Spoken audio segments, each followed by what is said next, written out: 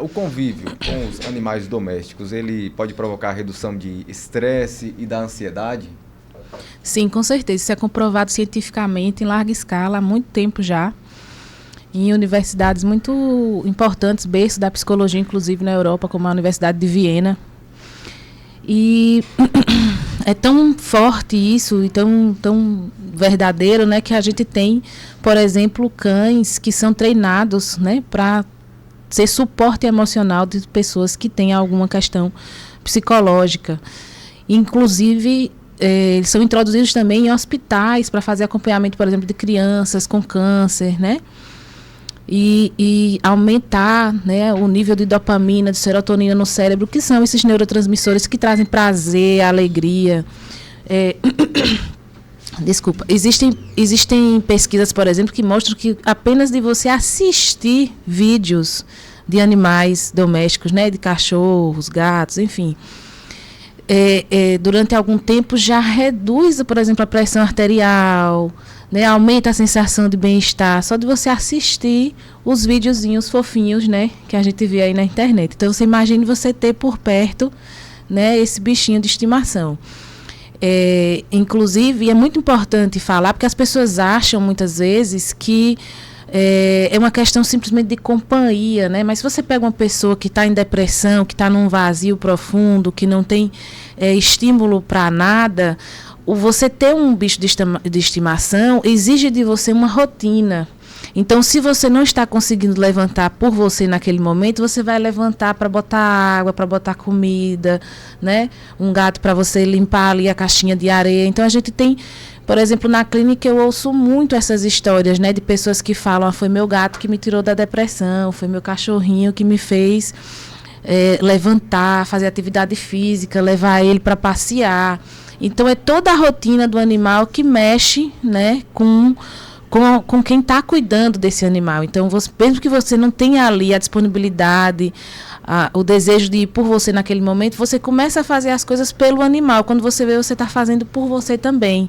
Então, é muito recomendado, principalmente em casos de depressão, né, a companhia de um animal de estimação para organizar, para você poder planejar essa rotina desse bichinho. Samira, já aconteceu na clínica você indicar um animal para alguém ou algum relato de um colega seu? Sim, já aconteceu de indicar.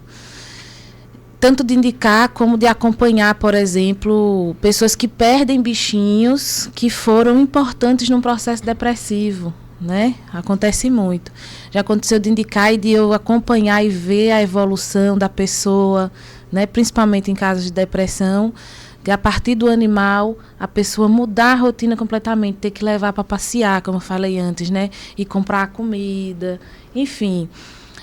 A mudança é nítida e é muito interessante porque é instantânea, porque o bichinho é como se o bichinho te escolhesse ali, né? E, na verdade, o que a gente sabe sobre os animais é que eles se apegam muito facilmente em quem cuida deles, né? Então, eles entregam ali, tem uma pesquisa muito interessante que mostra que foi medida o cortisol do animal, né? Do animal e os batimentos cardíacos. Quando o dono estava bem, quando o dono estava mal, quando o dono estava sem dormir, quando o dono estava dormindo bem, e mostra que ele acompanha esse processo. Então, o nível de cortisol dos animais, eles aumentavam ou diminuíam de acordo com o estresse do dono. Então, é como se ele modelasse o dono naquele momento. Então, ele acompanha, de fato, as sensações e as emoções. Então, é muito rápido, às vezes, quando a gente faz esse tipo de indicação, o processo de mudança de comportamento da pessoa que adota um animalzinho, porque por conta dessa ligação que o animal tem instantaneamente, né? A partir da própria natureza, né? Desses animais. Os benefícios da companhia animal para os seres humanos.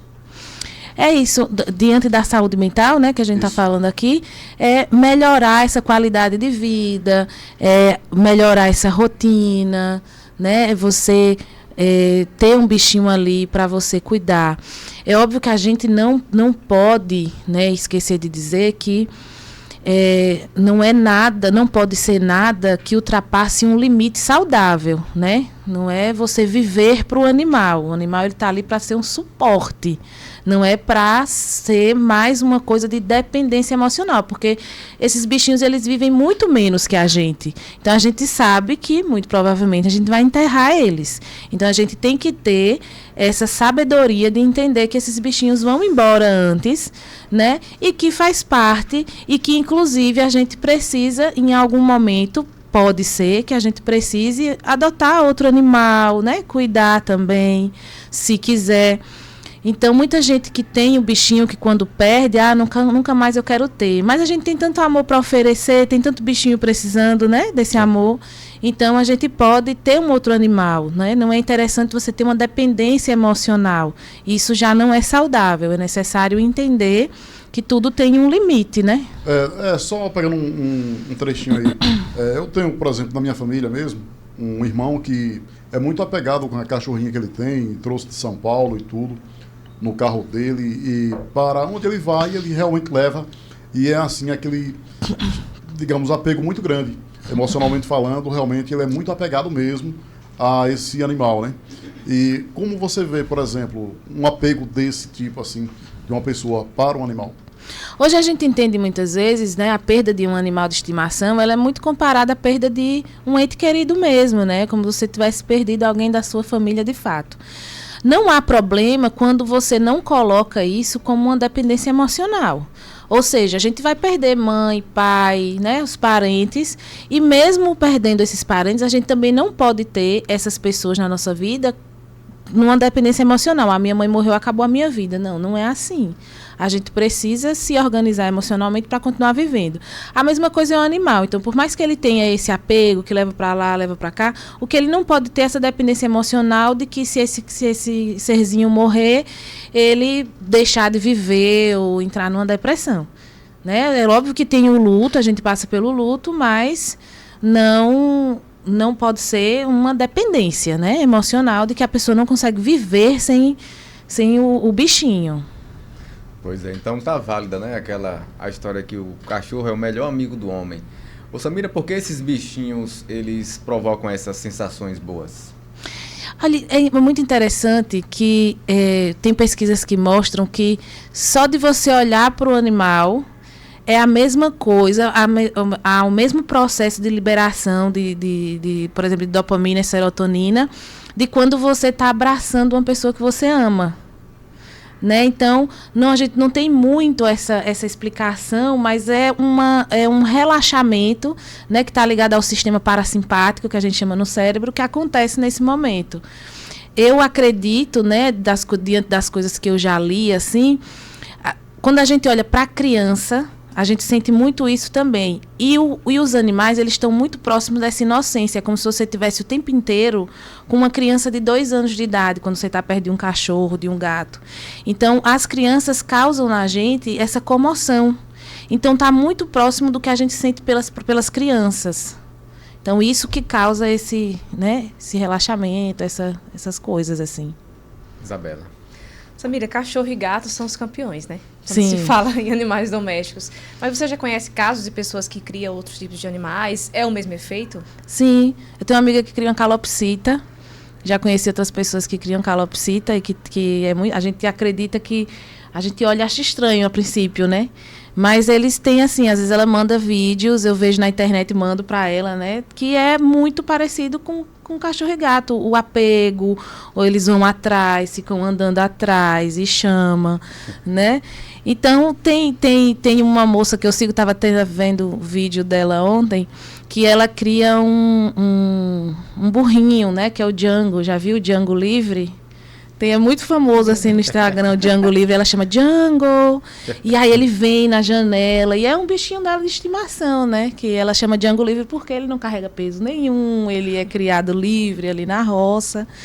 Então, sim, né, todos os animais, na verdade a gente tem essa questão da utilidade, a gente começou a utilizar os animais a partir da sua utilidade, inclusive os cachorros a gente acredita que veio por conta dos lobos, né? Enquanto os seres humanos caçavam, eles tinham lobos por perto, eles começaram a domesticar lobos para que as caças pudessem ser mais rápidas, né? Então os lobos caçavam para a gente.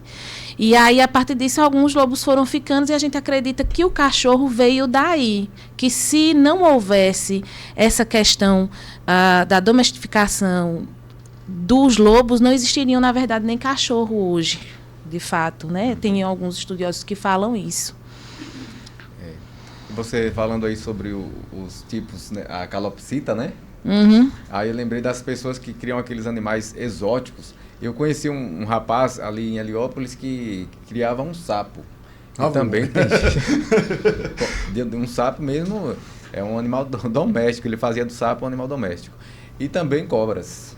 Sim. Assustador, né? Já vi gente que cria coruja, né? Esses animais exóticos, é natural que a gente se interesse em domesticar esses animais exóticos? O ser humano, né, ele tem na verdade, tem um interesse de poder, né, de submeter o animal a si. Então, é muito comum que haja esse interesse do ser humano por animais silvestres, porque o gato, o cachorro, eles estão realmente domesticados. Se você bota eles na natureza solta, eles vivem pouquíssimo tempo. Para a gente encerrar, é aconselhável realmente a pessoa criar assim um animal de estimação? Os animais domésticos mesmo, né, como o cachorro, o gato, que estão na humanidade há muito tempo, né, nesse processo, para a saúde mental é o que a gente tem comprovado, tá? Mas os animais silvestres, interessante que eles estejam na natureza. É verdade. Livres. E é até crime, né? Uhum. Pois é. Criar animal silvestre. Samira, algo mais que você quer complementar aqui no nosso assunto? Fique à vontade. É só dizer que, gente, olha, se tiver vontade, né, de adotar um bichinho, o importante é adotar, porque tem muitos canis aí que fazem reprodução de animais, que tem muito maltrato, na verdade, né? Então, comprar animal é muito complicado. Existem hoje canis que fazem uma reprodução assistida, com uma regularização, né? Estão geralmente nos grandes centros. Mas, se puder adotar, né? Se quer ter um animalzinho de estimação, adote. Se está passando por um período difícil, depressão, alguma coisa assim, e você pode realmente bancar o animal, porque tem que ter essa responsabilidade. O animal é um custo também, né? Eles adoecem, eles precisam de cuidado, né? Simplesmente só jogar lá. Então, se puder, é sim realmente um grande suporte importante para organizar a sua rotina, melhorar o seu bem-estar, certo? Ok, Samira, um abraço para você e um bom fim de semana.